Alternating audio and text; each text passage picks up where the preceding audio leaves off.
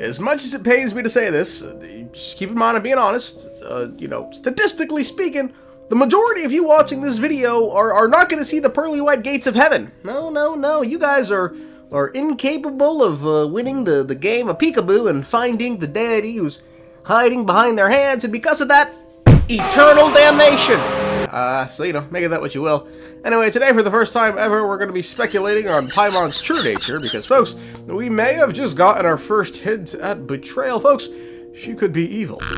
Nothing more than a demon riding a horse. What brought about this line of thinking, this new line of thinking? Well, if you played the Temple of Space World quest, you along with the characters within the quests might have caught on to something strange about Paimon, and it's the fact that she was the only character not dragged into the Apathic Interval. Historia, the Traveler, Zeitling, hell, even Dex, the Junior Watcher, were all dragged in, but not Paimon, which caused Historia to question how this could have been possible. But to understand why this is strange and, yes, impossible, I say, given what we know about Paimon, we must first break down what the Apathic Interval is, and folks, it quite simply is hell. At least that's how the game describes it. Biblically speaking, it's a lot closer to purgatory than to hell, given this place is just an intermediary that one has to experience before they can enter the paradise of the Temple of Space, or heaven. At some point, I want to break down the hell we see in Genshin. No, we'll come back to it eventually. Anyway, the purpose of the Apathic Interval is quite simple. It's the place that all end up in before they can enter the Temple of Space. The only way one can leave the Interval and head up to the Temple is by letting go of every desire. Quote, "The usual way is through meditation, learning to master your mind and thoughts, and then letting go of every desire. In short, we must maintain a complete state of emptiness." Simply enough said, but depending on a person's nature and the strength of their desires, it can take anywhere from a few years to several centuries. How everyone wound up here is a bit unclear, but given they were all sent here after going to confront the Watcher Malanta, it was probably Malanta who just chucked everyone into here. As for the desires they harbored, given the Traveler saw visions of their journey start, their desire to find their sibiling, that probably is the desire, find the sibiling. Historia's most likely has to do with him wanting to be the one to give up his memories to create a bridge to the Atrium of Suchness, after Hilda did it last time for him, and he's like, fucking hell, I'm a sellout. And Zeitling's desire is to keep living through tomorrow and find her twin. Could be what's powering hers. I don't know, it's been a while since I played the quest. Anyway, each one has a strong desire that the Apathic Interval wants them to let go of. In the end, we escaped without being forced to give up our desires, but when we returned to the temple, we learned Paimon was never herself dragged into the Apathic Interval. This caught Historia off guard, questioning why that was the case, and it's the Traveler who immediately goes to bat for Paimon, stating, quotes, "Well, maybe because other than eating and sleeping, she doesn't really think about much at all." This, for a reason that boggles the mind, satiates Historia's curiosity, responding, "Oh, makes sense," so then he just never brings it back up again. But folks, why?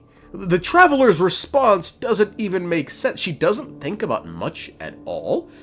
Since when was that relevant towards whether one winds up in the Apathic Interval? A simple-minded being still has desires. Lenny really liked the rabbits.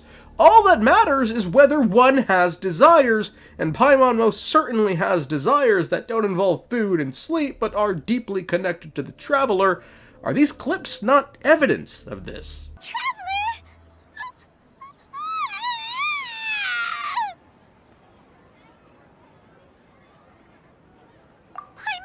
Paimon would never see you again! You just disappeared! Paimon waited for you for hours and hours at the city wall, and you never came back! You promised Paimon that you were only taking a quick look! Paimon, calm down. He's here now. I don't think he understood what you were saying. Paimon doesn't care! Paimon wanted to go look for you, but you also said that Paimon should stay! Paimon was so worried and so scared the entire day!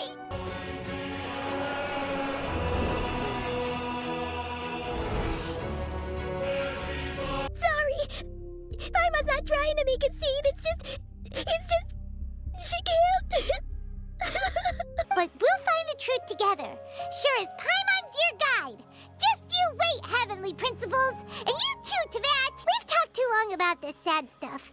Let's talk about something happy instead, because if you're sad, Paimon will be too. A desire to be by the traveler's side, to take on the heavenly principles, to uncover the truth alongside her best friend, to ensure they're always safe. These are most certainly thoughts Paimon has aside from sleeping and eating. Unless they aren't. While these may be thoughts she's proclaimed, perhaps that's all they are.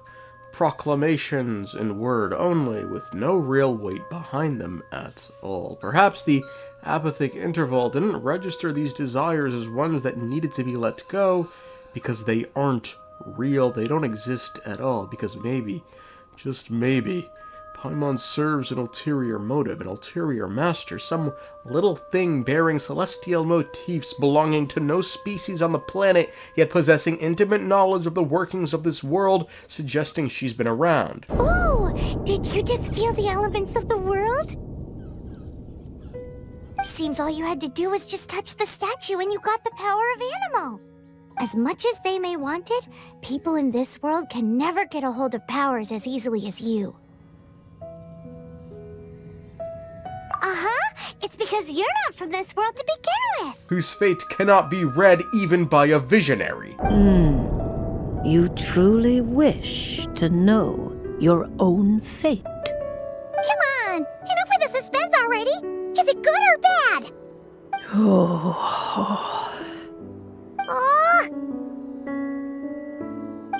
By chance runs into the fourth descender who, after months of doing nothing, is just now starting their journey, and we're meant to believe this wasn't preordained by fate. Paimon has run into several heavy hitters on this planet. It's the leader of the Abyss Order, the Shades, yet none claim her or even acknowledge her presence. But if Paimon's celestial design hints at her origins, then this leaves us with two suspects aside from the three Shades. Asmoday and the Heavenly Principles. Two beings well powerful enough to create a little creature to guide the fourth descender. They've created other living entities before, and in doing so, they can ensure their worldview is pushed on to the traveler by the floating rats, who remains loyal to the cause above all else, even if Paimon herself isn't consciously aware of this fact. Subconsciously, she is. Hence why the Apathic Interval didn't attempt to strip her of her desires. There's none there. Folks, the betrayal is coming. And for those still not convinced, again I ask, what about Dex, the Junior Watcher? This thing is barely sentient, yet it was able to wind up dragged into the Apathic Interval, which baffled even Historia.